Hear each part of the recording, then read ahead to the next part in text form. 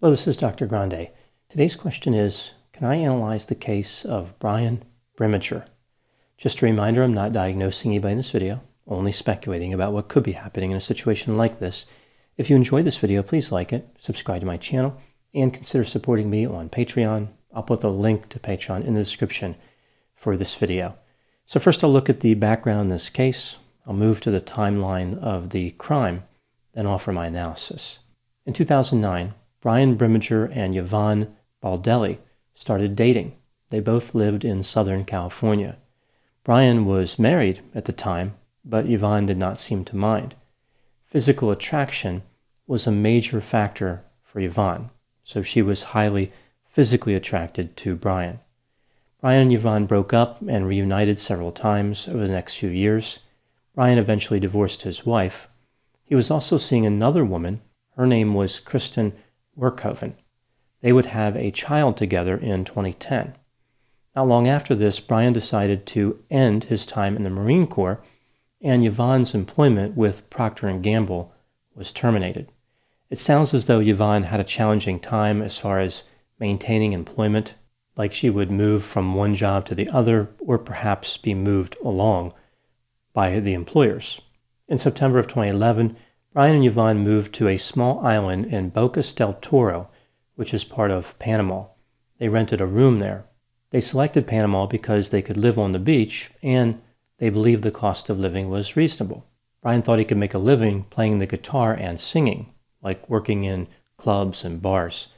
Evidently, he could play the guitar fairly well, but his singing was awful.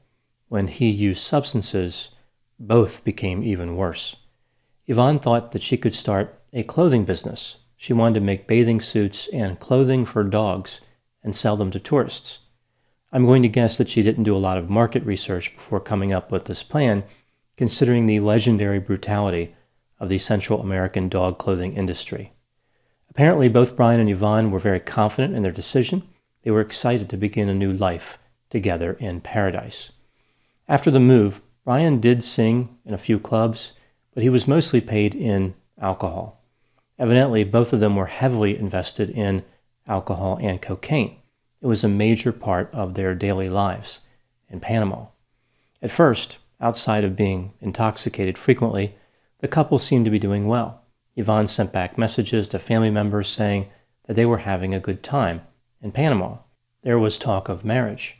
Brian may have had different plans. Not long after arriving in Panama, he started communicating with Kristen, saying he would return to California so they could raise their child together.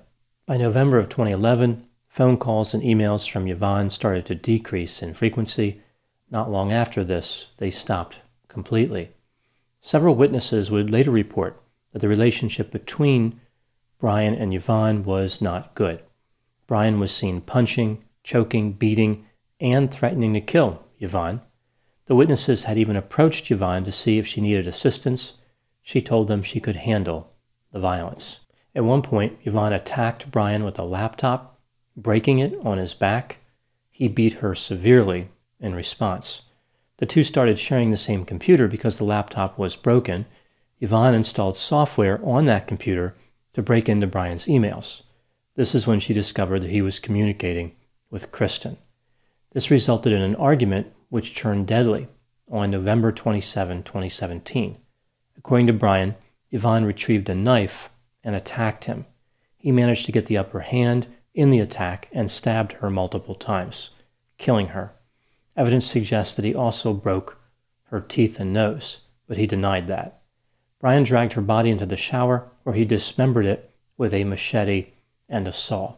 He put the body parts in a duffel bag and garbage bags and hiked about 1.5 miles to the other side of the island, where he threw the bags down an embankment into the jungle. A few hours later, he emailed a friend and wrote, "Hey bro, what you up to? I got stories for days. I'm living on an island off the coast of Panama, loving life and living semper free."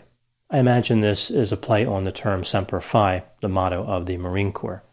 At some point, he also killed Yvonne's 2 dogs and disposed of evidence including a bloody mattress, clothes, and jewelry. Brian returned to the United States, but first he stopped in Costa Rica and withdrew money using Yvonne's bank card. Once in the U.S., Brian received an email from a friend who asked him to say hello from him to Yvonne. Brian responded, "I ditched the blank." On December 14, Brian called Yvonne's sister, Michelle, and asked if he could pick up his truck. The truck was on her property. He had a number of his belongings inside that vehicle. He explained how he and Yvonne were no longer together. Yvonne had discovered that he had a child with another woman.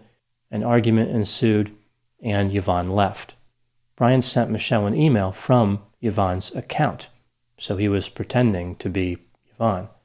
The email indicated that Yvonne believed that Brian was someone who lied and cheated, and she had left to Costa Rica with a man she met when she first arrived on the island. Brian married Kristen on December 31, 2017, so about a month after killing Yvonne. Brian sent another email to Michelle around the same time. This email indicated that Yvonne was getting homesick and was going to try to get back to California for a reunion in a few weeks. On the same day that email arrived, Brian stopped by Michelle's residence to get his truck. He seemed to be calm, but in a hurry.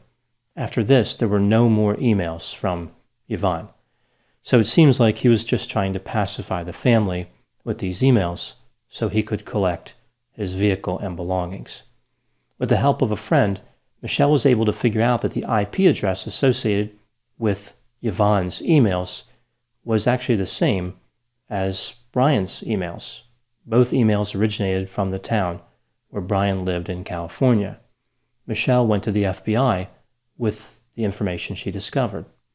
The investigation by the FBI revealed that Yvonne never made her way into Costa Rica. She never left Panama. The FBI uncovered all the witnesses who had seen Brian being physically abusive, so they were hearing all these stories about him attacking her and her having obvious injuries like a black eye. The FBI interviewed Brian. He foolishly decided to talk to them. During the conversation, he denied any wrongdoing. He maintained his original story, so he was locking into a story that the FBI could easily disprove. The investigators noticed that a computer matching the description of Yvonne's laptop was in Brian's condominium in California. The laptop was seized. On the laptop, there was a picture that Yvonne had taken of herself, which showed that she had a black eye and swelling in her cheek. They also found some interesting searches on the internet, including how to remove blood from a mattress. Brian had given the machete he used to dismember Yvonne's body to a person in Panama to settle a debt. That person listed the machete for sale on a local website. Brian made a comment on that post saying he'd only used it to chop up one stripper. It's hardly used. Investigators were able to find the person who bought the machete and recover the evidence. Sometime later, Yvonne's DNA and blood were found under the handle. From the investigation in Costa Rica, to follow up on Brian's claims about where Yvonne had traveled, surveillance photos were found of Brian taking cash out of Yvonne's bank account. This was around the time of her disappearance. After removing the money, Brian went to a bar and started drinking. He paid for the drinks for several women there and thanked Yvonne. In the summer of 2013, Brian was arrested. He was not charged with murder at that time, rather lying to investigators and obstruction of justice. A worker in Panama who was clearing brush near the residence where Yvonne and Brian had lived stumbled upon a duffel bag and found human remains inside. A DNA test revealed it was Yvonne. Brian was charged with foreign murder of a United States national, second degree. His trial was to be held in the United States, even though the crime was committed in Panama. Right after the DNA and blood was found in the handle of the machete, Brian pleaded guilty to second-degree murder, so there never was a trial. As part of his plea deal, all the other charges against him were dropped. He was sentenced to 26 years in federal prison. Now moving to my analysis. So what happened in this case? I get the sense that both Brian and Yvonne were sensation seekers, people who kind of lived in the moment. There seems to be sort of life is one big party mentality. They would get excited and act in the moment without thinking things through. Consistent with this mentality, they both heavily used substances. The relationship was full of a lot of excitement and passion, but also violence and instability. Even though they attacked each other on prior occasions, Brian weighed 220 pounds as compared to Yvonne, who weighed 110 pounds. Yvonne had put an email together to Kristen, but had not sent it. In this email, she revealed that she was in a relationship with Brian. So in theory, this would disrupt Brian's relationship with Kristen. It would disrupt his plans to reunite with her and his child in California. I think that Brian found out about this. Perhaps Yvonne mentioned it during the course of an argument. Brian beat her and stabbed her to death. He tries to make it seem as though he was attacked first and he simply prevailed in hand-to-hand combat. That's possible, but I don't believe for a second this was a self-defense case. I think Brian's actions afterward kind of demonstrate that he wanted Yvonne to be dead. Brian's cold, callous, self-centered, and shallow disposition facilitated him not having any problem getting rid of Yvonne's body, killing her dogs, tormenting her family with emails to try to make it seem as though she was still alive, and moving on with his life by getting married. Yvonne was simply an obstacle to Brian experiencing more pleasure. If he had any feelings of guilt, he was able to do away with those by rationalizing that Yvonne deserved to be killed. Brian's actions after the homicide indicate low conscientiousness.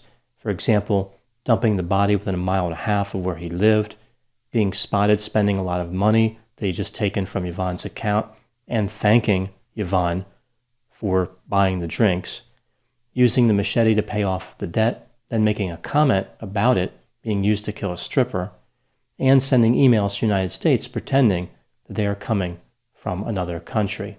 Brian was simply a terrible criminal. It's really amazing he was not caught earlier. Moving on to the next question. Why did so many women get involved with Brian? He really did seem like he was quite a bit of trouble. Perhaps they didn't think he would commit murder, but it was clear that he was not an ideal romantic partner.